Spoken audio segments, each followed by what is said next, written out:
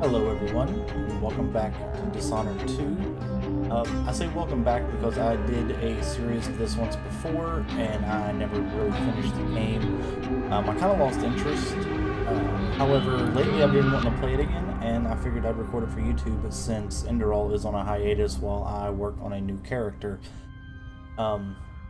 Spoiler alert, the character that I was working on Enderall, the Toxic Assassin, it just isn't viable anymore. So what I'm going to do is, I'm going to work in a role-playing element. I'll talk more about that in that video that introduces the new character. So you guys don't worry about that. I'm just working on building him back up to where we were in the story. But anyway, back to Dishonored 2. I did play a lot of this on camera before, and I put the videos up on YouTube. But to make room for this one, I went ahead and took those old ones down. And I'm going to start a new series from scratch. So you can see we are going to overwrite this old campaign slot. And we are going to do it again. We're going to play on hard because that's what I do. We're not going to go through the tutorial. I know how to play. Chapter 1, A Long Day in Dunwall. Today marks the anniversary of the death of Empress Jessamine Caldwin, assassinated 15 years ago. Visitors from across the Empire of the Isles have journeyed to Dunwall for the occasion.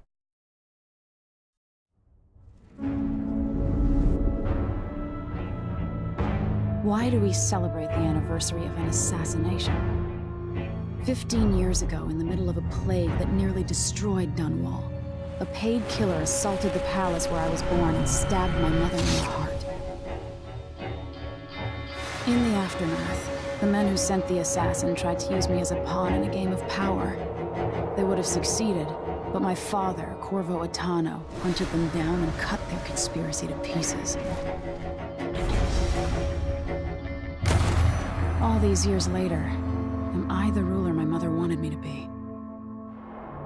Now, we face a new crisis. A monster the papers are calling the Crown Killer has been picking off my enemies and dressing it up like my father and I are responsible.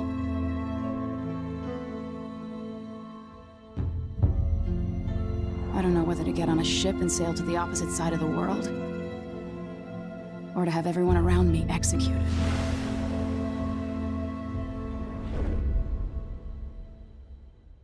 I vote for the second option. If you can't trust the members of your court, you don't need them. That's the way I see it anyway.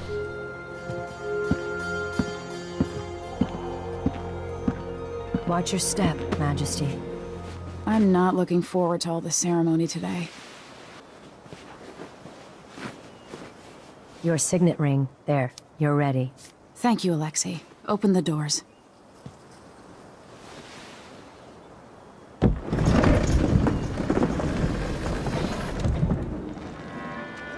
All hail Her Imperial Majesty, Emily Caldwin. Loyal subjects, we're going through a difficult time, but today we honor my mother, the late Jessamine Caldwin. May her memory survive through the ages. Emily. You look tired, Father. Every year, I think the anniversary of Jessamine's death will be easier, but it never is. I wish Mother was still the Empress. I don't think I'm very good at this. You're still learning. Don't worry about the rabble-rousers, and we'll catch the Crown Killer, eventually. People are saying it's you. That these assassinations are a misguided effort to protect me. No, someone's trying to make us look guilty by targeting your enemies. I wish I could just run away from all this. Sometimes you do. You think I don't know about your nights out on the rooftops? Courage. The ceremony will be over soon. Royal Protector and Father. I should have passed a law against that combination of titles years ago. Maybe you should have, but you didn't.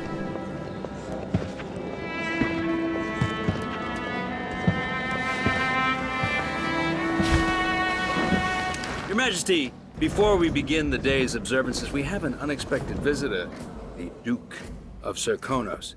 Ramsay says the Duke is bringing special gifts. That's intriguing. His Grace Luca Abel, Duke of Serkonos! Mechanical soldiers? Amazing.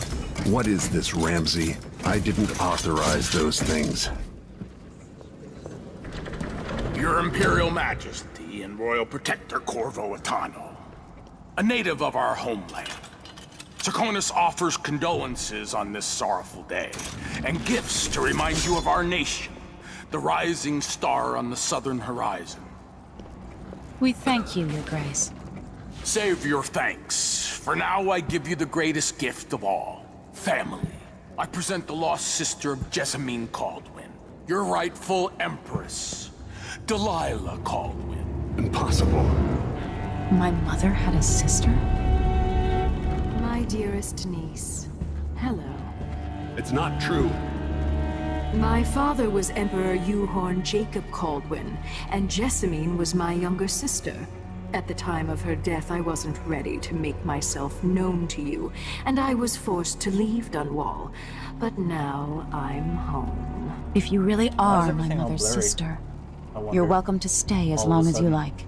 Little sparrow, blackened by bad memories, I'm here to relieve you of your crown. My father's promise, whispered in secret so many years ago, is now fulfilled. Watch your tongue. Emily Caldwin is the daughter of Empress Jessamine Caldwin. Royal Protector. How naive to think you could get away with these murders. Living in my palace has protected you, but that's over. Hear me, all of you.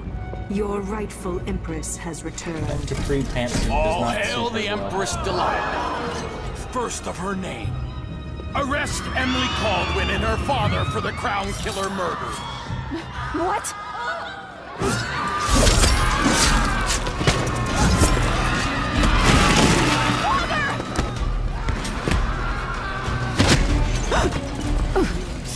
Can't still my heart.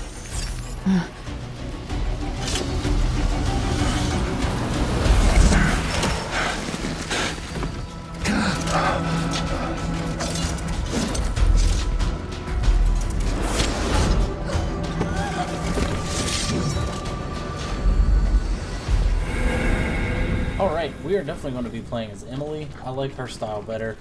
She's more stealthy, while as Corvo here is more of a brute force, in-your-face kind of guy. We're definitely going to go Emily. Cast you in cold marble.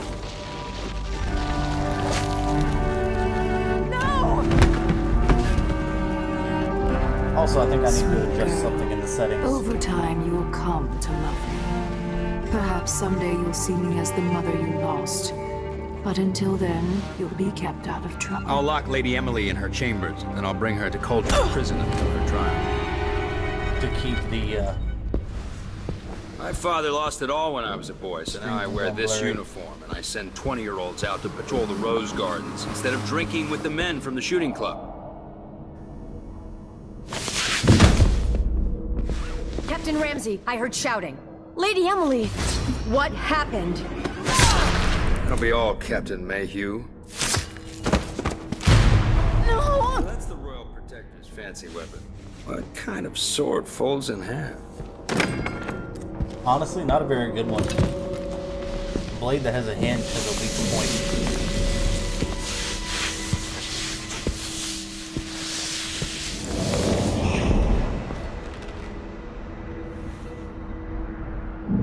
There's a legend in the Tower Guard about the Empress's last resort, a safe room inside your chambers holding enough gold to buy a good-sized island. They say that this ring is one of the only 2 keys to exist.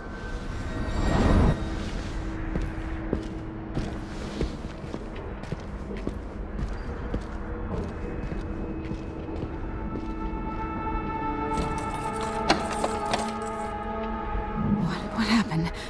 Alexei. The throne room. Father! Nothing I can do alone. I need to get out of here. Alright, let me check on this. There's one. I was trying to do some optimization here before. Quality settings should stay high. I think that should stick to quality, and maybe put this.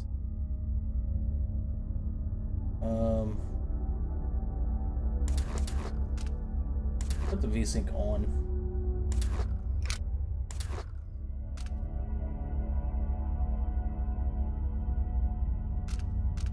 Leave it at 60 frames instead of 30. Maybe that'll help.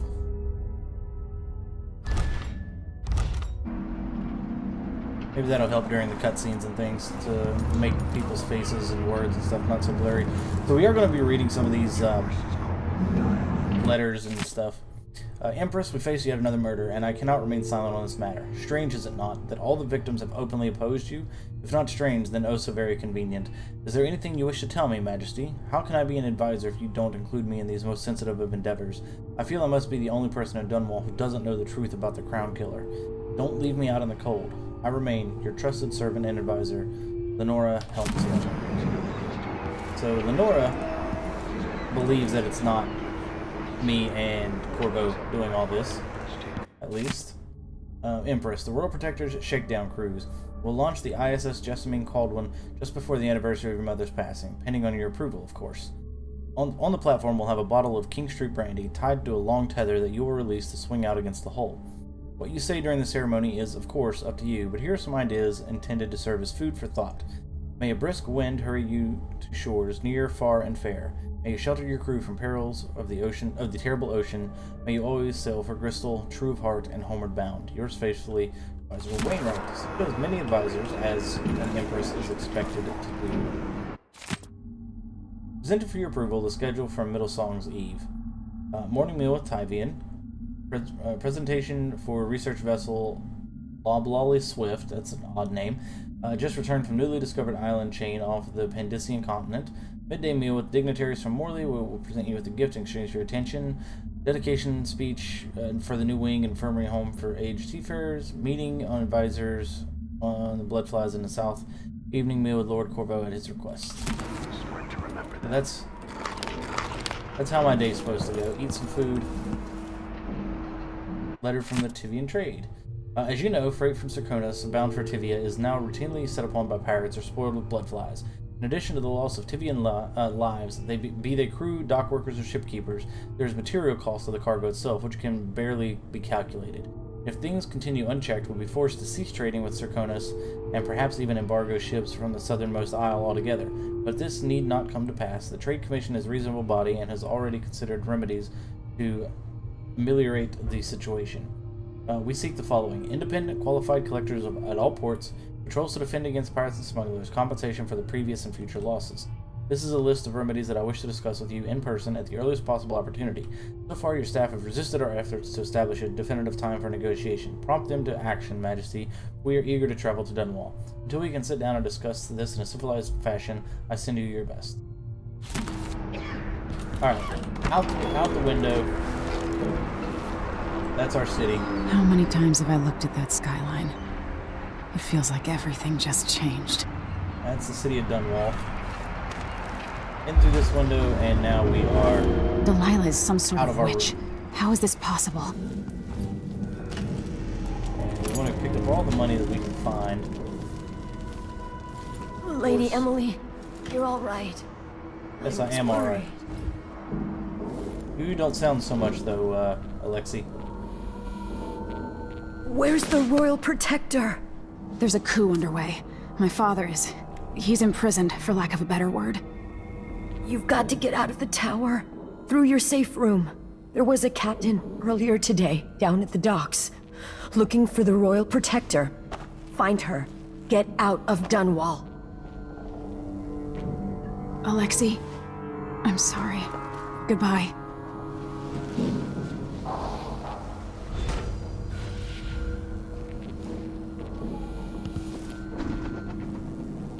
What button holsters?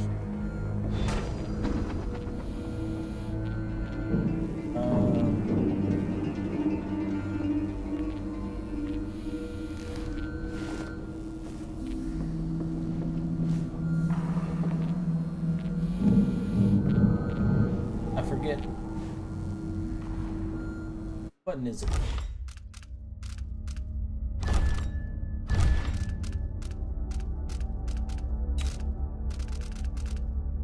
E. Okay, oh, I gotta hold. That's why. What was that? That was an accident.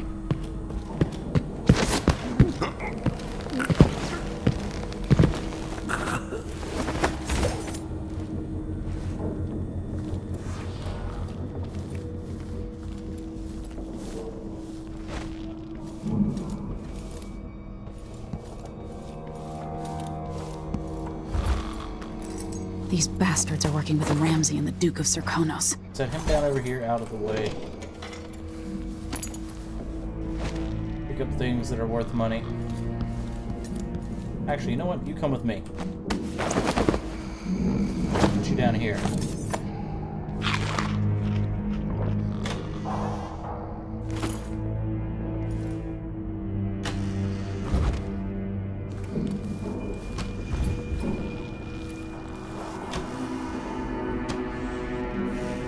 No, pick up the batting slots.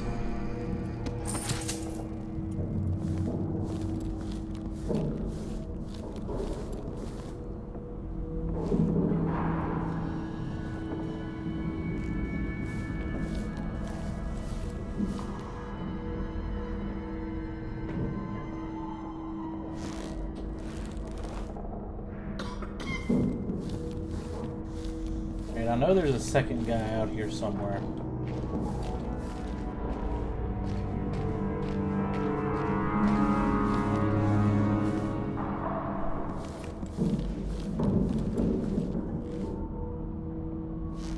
Where's he at, though?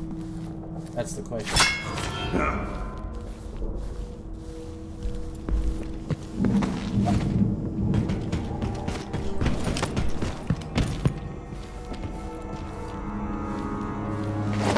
Found him.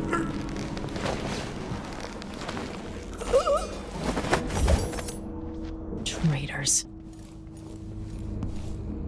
Oh, what happened there?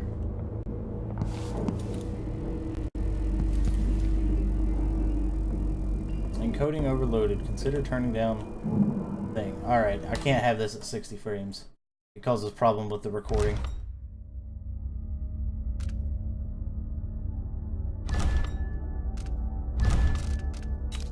Fair enough.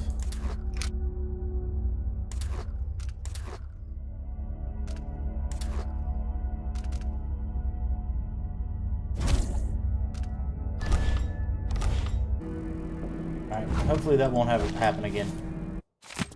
Alright, historical record of government positions and ranks addendum. Corvo Otano, accused of assassinating accused of assassinating the Empress he was sworn to protect. How unlikely he would not only overcome this shame, but then redeem himself so fully as to be named Royal Protector to yet another Empress. Those of us at the College of Histories were too fast to use pen against him. Yet let us not blame historians, for the evidence against Otano was nearly overwhelming. First, he is the only Royal Protector to ever have been born of an isle other than Gristle. His foreignness is not itself a crime, but added to the suspicions, and most forgiving of which was that he lacked the capacity to fully understand his duties. Second, he was caught quite red-handed with a bloodied weapon kneeling over the body of Empress Jessamine.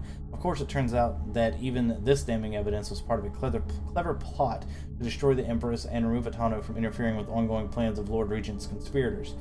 And while I admit to publishing what are now clearly incorrect conclusions regarding Corvo Otano, I will not, as some of my colleagues have done, resign my position at our veritable organization, but instead I reassert myself to the endeavor of weeding out fact from fiction to produce the most salient histories possible.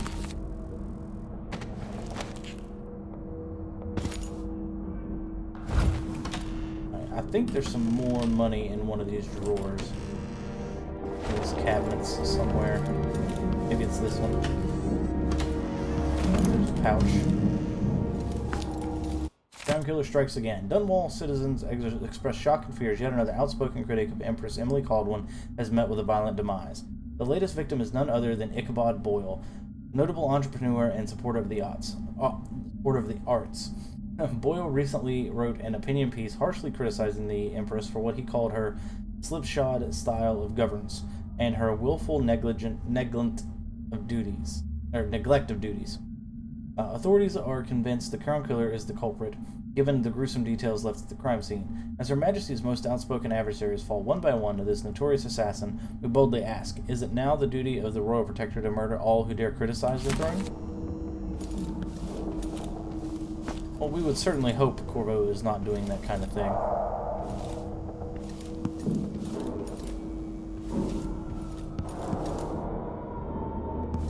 need to get to the safe room. The only way to get to the safe room is to get my ring back. The throne room blocked off. We should have the time we need. Just stay here and stall anyone who comes by.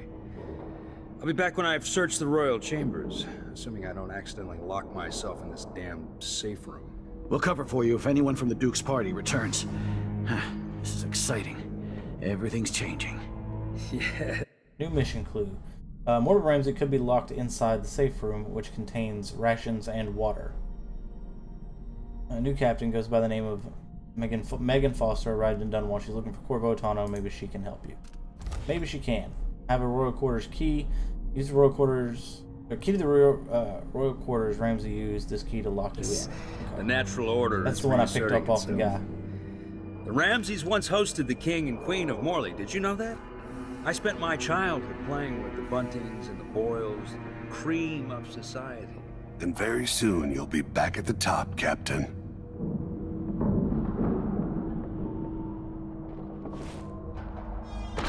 Alright, so he's on his way up to try to use the ring to get into the safe room. So what I'm thinking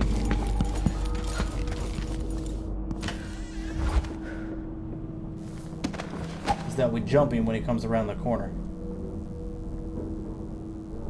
How we know where he is, I don't know.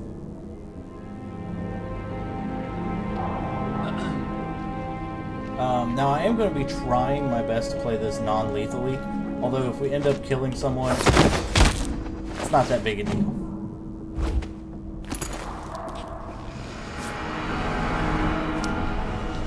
And I know he looks decapitated, but he's not. He's fine. I promise. Just his head clipped into the stairs a little bit.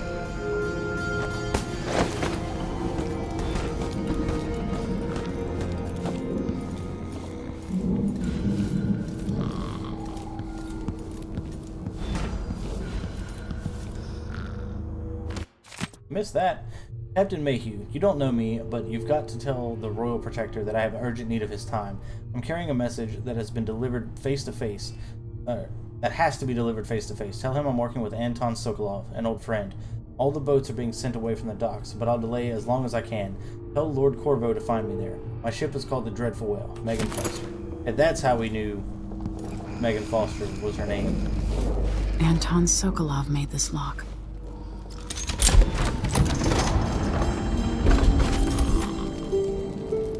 That's an odd position, isn't it?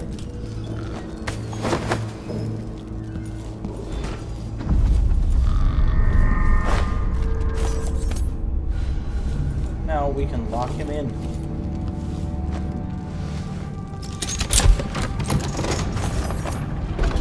Now you've got what you wanted, Ramsey. The Imperial Suite atop Dunwall Tower. Stay put until this is all set straight, Ramsey. Enjoy the rations and well water, sleeping next to a fortune. There you go. Comfy as can be. Bullets.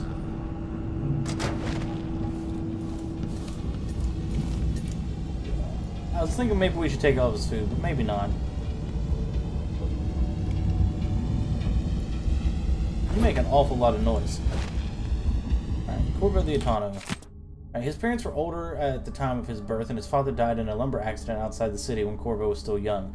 Around that time, his only sibling, a firstborn sister, moved away to Morley, and the family subsequently lost all contact with her. Only 16, Corvo dazzled the people of Karnaca when he entered and won the annual Blade Verbena. Spectators from all over Serkonos were thrilled to see someone so young and striking from a working-class family advance through duel after duel, eventually taking the prize. This unexpected outcome secured Corvo a junior officer ranking in the Grand Serkonian Guard. As a soldier, he was involved in a number of conflicts against organized criminal groups, rogue city-states within Serkonos, and pirate bands along the chain of islands radiating east from Serkonos. Sent from his homeland at the age of 18 by the Duke of Serkonos, then Theodonis Abele, father of Luca Abele, Corvo was assigned to serve the Emperor in Dunwall as a diplomatic gift. His Serkonian heritage made him a bit of an outsider in Dunwall, but the capital city must have seemed exotic and full of old world mystery. A few months after he moved to Dunwall, it is recorded that Corvo received word that his mother had passed away several weeks after his departure from Karnaca. A letter from Wyman. Emily. I didn't want to wake you this morning, but you'll forgive me since we must have said goodbye 100 times yesterday night, and the only chance I get to see you with your hair all whichever way is while you're asleep. As soon as the sun rises, you'll put on your Empress face. It makes me happy that I know your real face, the one that laughs at our silly rhymes. I don't want to go back to Morley, but I'm needed there. It'll be 4 months before we see each other again. I'll miss you, and yes, I'll bring you some white leaf tobacco for your hookah.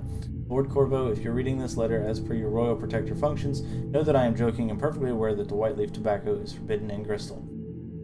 Take care, my darling Emily. Don't go falling from a rooftop. I love you, Wyman.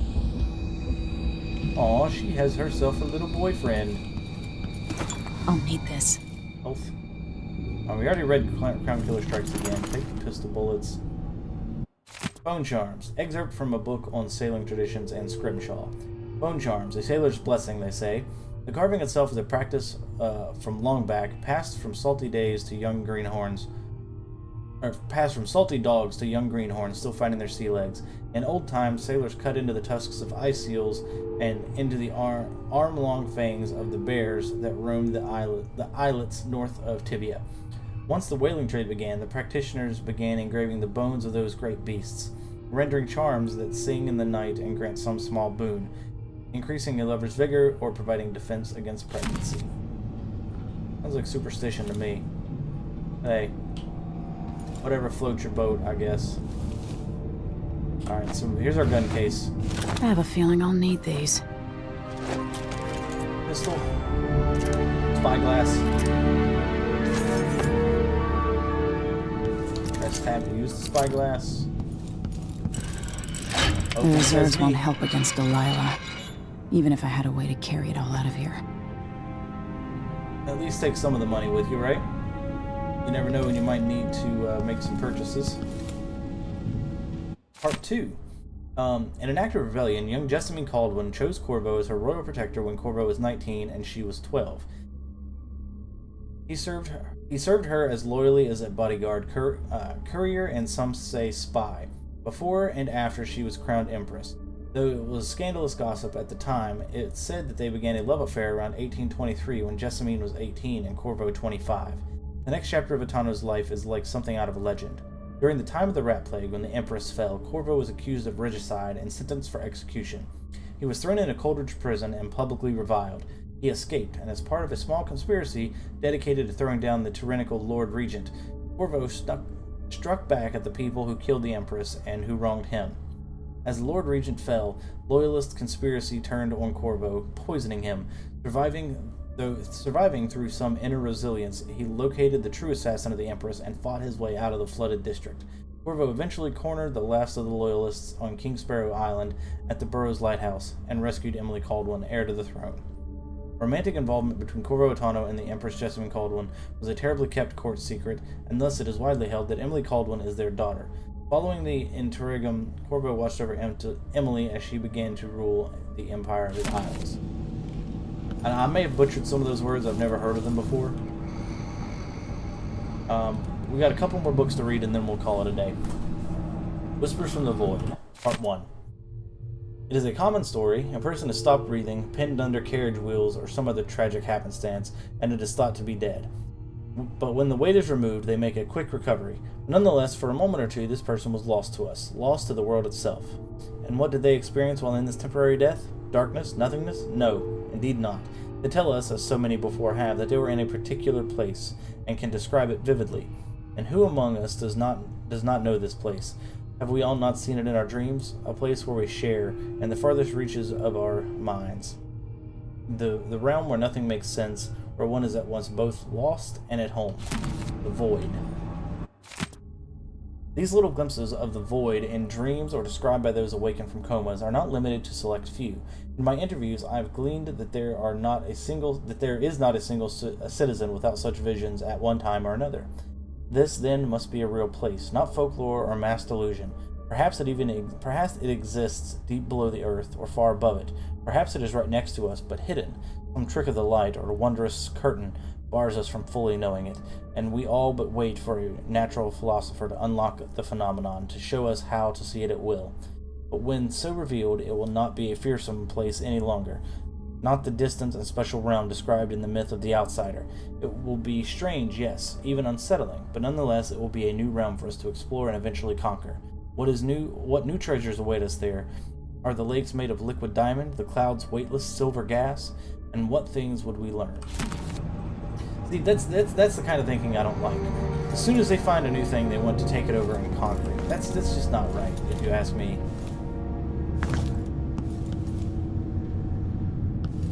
But this here is where we are going to end our episode. We are going to go out into the Dunwall streets, and next time we will begin our search for Megan Foster, trying to get onto the dreaded, I think it's called the Dreaded Whale. Anyway, Chapter 1. Delilah and Duke Luca Abele have taken the tower. Dunwall is no longer a safe place for you. Escape the city by meeting with boat captain down at the docks.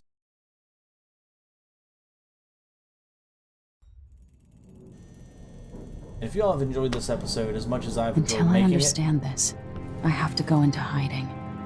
If y'all have enjoyed this video as much as I've enjoyed making it, I hope you guys leave a like on this. It helps me out a lot. Lets me know that you guys want to keep seeing more of this. Comment down below. Let me know what type of stuff you want to see. Let me know if you guys have any knowledge of this game. Let me know what type of powers and stuff like that you want to see. And for more videos, go ahead and hit that subscribe button as well. My name is Bears McGinnis, and I will see you next time.